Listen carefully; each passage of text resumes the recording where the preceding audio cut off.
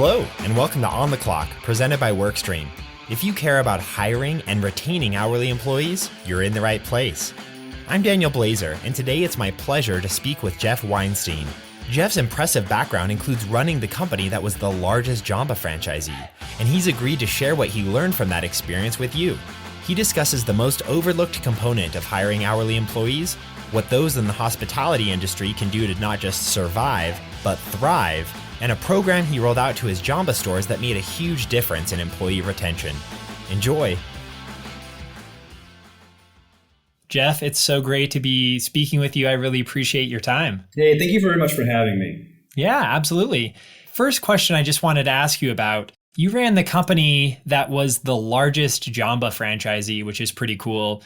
What were some of your top takeaways from that experience? When you're running an organization of that size, I think you've always got to stay rooted in kind of why you're doing what you're doing, right?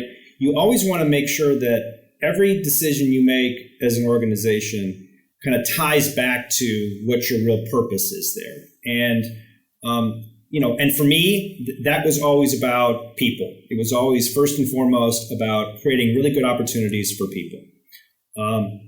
One of the tricks to growing like that, you've got to treat your 100th store the same way that you treated your first store.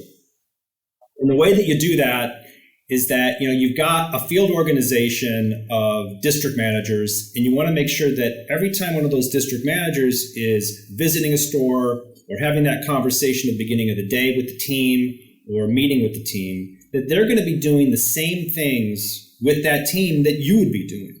Right? Because what you want is for to really scale, you want to make sure that, everything about the way, again, that 100th store is working is the same way that you did it with the first one. Yeah, that makes a lot of sense. And I think, when I'm thinking of maybe the franchises that I have a more positive affiliation with personally, it is a lot of times it comes down to that consistency from the customer experience, which is probably what comes out of what you're saying, right? The consistency as far as treating the store number 100 like, store number 10 or whatever. So that definitely resonates with me. A lot of franchisees, specifically in like the quick service restaurant space, they kind of, I feel like, have this dream of building this empire with dozens of locations. Someone, maybe some of them are listening to this right now. What advice would you give somebody that has that as a goal or a dream? I think the first thing you got to do is you got to look in the mirror and you got to ask yourself why you want to do it.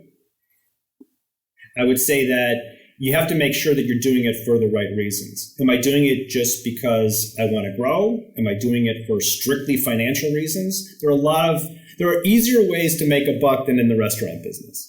Right? But what is absolutely true about the restaurant business is that it is a business that's rooted in people. You've got to take great care of your people so that they will take great care of your guests. But it's not just about taking great care of those people. It's about investing in them and in their development. The vast majority of people in our business are coming to it with very little experience. For many of them, if it's not their first job, it's pretty close to being their first job. And so they're coming to you in some ways almost as a blank slate. And so it's your responsibility, to invest in them, to develop them. And then if you do that, then you know that you're going to have a group of great people who are taking great care of your guests. And at the end of the day, this business, the lifeblood of the business is service and the guests and those guests wanting to come back again tomorrow. When you talk about the importance of investing in people, in your experience, did you ever try anything, whether it was an initiative or a program or, something that surprised you, either that in how well it worked or how much it didn't work, like surprised you either way? One of the things that we did at Vitalogen that I think had a really positive impact on our people is that we created a program where we gave our employees, especially our managers, the opportunity to direct the funds that we gave to our community. And, we set up this program in a way to support and build community partnerships. But in effect, though, I think it also turned out to be something that helped us retain our best people, because they felt that they had a personal stake and that they were empowered to direct where those funds were going, and to make a difference in areas where they wanted to make a difference. So they had a say in choosing which organizations we were going to give to. We also were able to add a component to that program that we called a benevolence program. So, and I'll just give you an example. So every month, our managers had the ability to direct funds to an organization. And we gave them the ability to direct those funds, if they so chose, to one of their team members who had a particular need at that time, so that they could make an impact not only within the community, but for our own team members who had special needs. And I think that, it was a program where it was intended to be a program for community partnership, but it turned out to also be a program that really helped really empower our employees. It makes sense because, good managers, they want to make, a difference in the lives of the people that they manage, to give them a little bit extra resources to make a difference, beyond just being a good manager. I think that's really cool, really, really empowering. Daniel, the way that I think about this is that we want to make a difference in the day for our guests, but we want to make a difference in the lives of our employees. And really engage them, you have to be able to connect everything that we do back to a purpose. And it's got to be a purpose that our employees can believe in. And so I think that let's go back to the question that you asked before about advice that you would give to somebody who wants to get started in this business is you have to understand, why am I in this? Because everything you do, you're going to want to connect back to what that original purpose was. It's obviously kind of been a challenging time for the QSR space, for hospitality more broadly. There's hiring challenges, supply chain challenges. Now there's, inflationary challenges. With a lot of companies that are just kind of in survival mode, what would you recommend that they do, not just to survive, but actually thrive at this point? Sure. Prime cost in this business is extremely challenging right now. Prime cost being your labor cost and your cost of goods sold. So you have to, and there's parts of that you can't control, right? You can't control supply chain disruption. You can't control commodity cost increases. You can't control minimum wage, right? So what can you control? I think the most important thing is that you identify any tasks or anything in your business that does not add value for your business, and try to remove those costs or eliminate those tasks. And one of the best ways to do that is through technology, right? So, when you're talking, for instance, about the process of hiring someone, right? If you can eliminate a lot of the unnecessary back and forth of phone calls, and let's be honest, kids don't talk on the phone any longer, right? Everything is done by text. So to the extent that you can eliminate the back and forth of calling, leaving a message, waiting for them to call back, trying to schedule, to remove all that and almost make the process itself invisible using technology. And it's not to eliminate engagement with your applicants or with your employees. Really, it's about eliminating all the noise so that you can focus on the engagement and you can have a real conversation with people and really spend your very valuable time there instead of in the back and forth. So I think that finding technology solutions is really one of the keys to eliminating unnecessary cost in the business, because that's the part that we can control. Obviously, kind of music to my ears and Workstream's ears to hear you say that, because that's what we're hoping to do, right? Is eliminate the non-rewarding parts of those interactions, like you said, but still leave the meaningful, conversations and interviews in place. And looking forward a little bit, let's say 5 to 10 years in the future, maybe, I just love to hear some of your predictions. There's obviously always trends in the hospitality industry. What sort of trends do you anticipate, or are you kind of interested to see, come out over the next 5 to 10 years? I think there are certain things that are always going to be true, right? In order to be successful, you have to start with a great product, right? You are going to, though, always need to be innovating that product. You're going to need to be able to anticipate the needs of your guests. And so it's not enough just to have that product. You've always got to be innovating, coming up with new ideas and new ways to deliver it, and to deliver it better, deliver it faster, and to satisfy your guests. I think that the biggest and most obvious thing is technology is going to be critically important. We talked a little bit about the importance of technology in the process, just as an example of hiring. But technology is, and I think we have to be careful. I think sometimes people worry about, when we talk about technology, that it's going to be replacing the human part of the business. And I think very differently about that. I think that the trick is using technology to eliminate the stuff that's not so important, so that we can spend more time engaging with our employees and also with our guests. To the extent that we can automate certain parts of the process, whether it's the cooking process or the administrative tasks or whatever happens to happen within the four walls of a store, to automate that as much as possible so that we can spend the vast majority of our time not only delivering a great experience for our guests, but also coaching and having meaningful conversations with our employees. So I think that's technology is going to happen. I think that the key to success is going to be using technology in the right way to elevate the guest experience and to elevate the experience of working in the industry. With all of the hiring challenges, specifically over the last now 12, 18, 24 months, what have you personally learned about hiring the deskless workforce? You have to give them a sense of purpose. You have to give them, you have to do better than just provide them with a job. You've got to be able to provide them with a sense of purpose in their work. And it needs to be sometimes people come to us and they're going to school and they're looking for a job to do while they're going to school. And then they're going to move on to something that's more specialized. And that's great. If that works for them, that can work for us. It's a great relationship. But a lot of people are coming to us without a longer term plan, and they may not be in school, and they're looking for meaning, and they're looking for a future.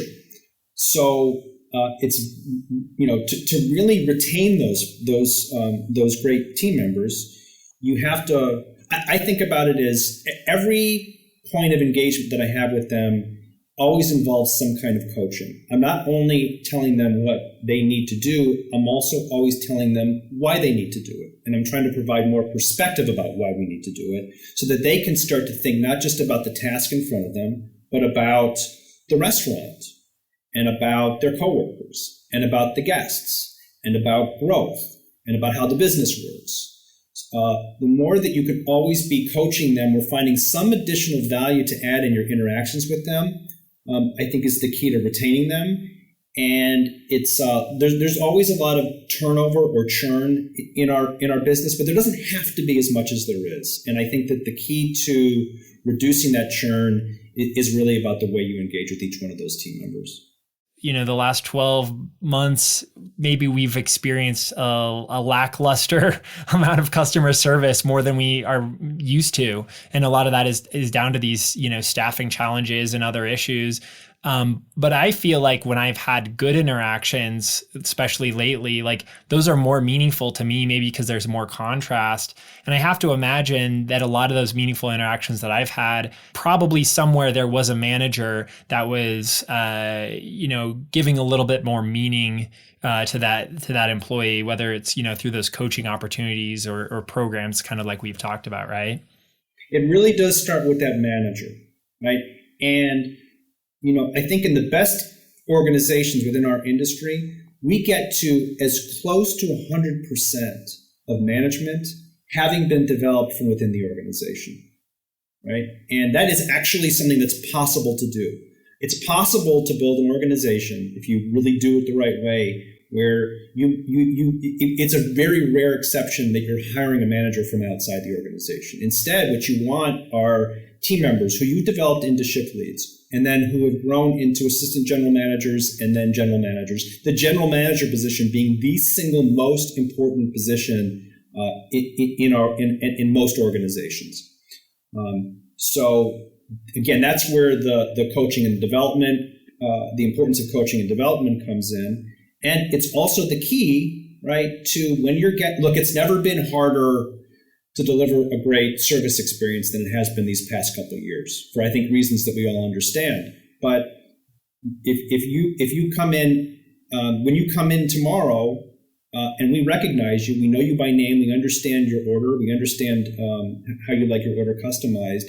Look, that is the key to guests wanting to come back, and it's a key to us getting back to the kind of service experience that we know we want to be able to deliver in ideal circumstances. And I feel very confident that these past several months, especially, we're starting to get back to being able to deliver the same kind of experience that we did prior to the pandemic.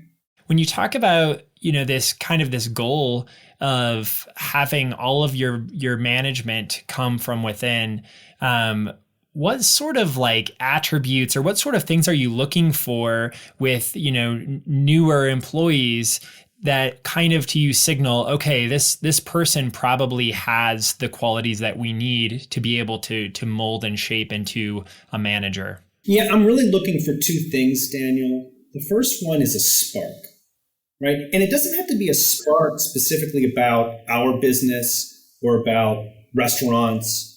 It's just a spark about something, right? There's something that when they talk about it, you can see them light up a little bit, right? It can be a subject in school, or it could be music, or it could be, some other activity that they're engaged in, outside of school, or it could be it could be something that they're just engaged in right now on TikTok. It doesn't really matter. It's that they're passionate about something. Because if they have that passion in them, we can find that within the four walls of our restaurant, right? So it starts there, and then I think an interest and desire to learn is really important, right? You're coming into this business often without an extensive educational background. Maybe you've never worked in a restaurant before. The vast majority of what you're going to learn is what you learn on the job. So I need to see in people that there's an interest and a desire to learn. And the ones who are learners are the ones who are going to be the most successful. Jeff, I just wanted to give you the chance, if you want, acknowledging the fact that a lot of people listening to this, they're HR directors, they're in ops, they're, all centered around hiring and retaining employees. Do you have any final thoughts or takeaways or recommendations that you'd kind of like to sign off with? What I've always loved about this business is that you don't have to have experience to be successful in it. And so it creates a great opportunity for us to develop people regardless of what their background is, right? And so I think about this business as a meritocracy in the best sense of the word, that if you are engaged, if you have an interest in desire to learn, then you can be successful in this business. And we have a great responsibility. I feel a great responsibility to think about all these new team members that way and make our industry really for everyone. So what I would say to HR, functional leaders like HR managers or multi-unit operators or anybody who wants to be in the restaurant business is that, ask yourself, am I really invested in people? And if I am, you have a great opportunity to not just to be successful in your business, but to do the world some good. Thank you for listening to On the Clock. For show notes and more info, visit workstream.us/podcast. I've included that link as well as some other links to connect with Jeff and learn what he's up to in the show notes. Until next time, we're clocking out.